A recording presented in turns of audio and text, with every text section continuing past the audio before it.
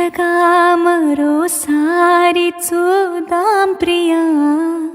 చెబుతారు ప్రతి ఒక్కరు నేలపైన ఉండే స్వర్గం అదంట, పోదాం పదా.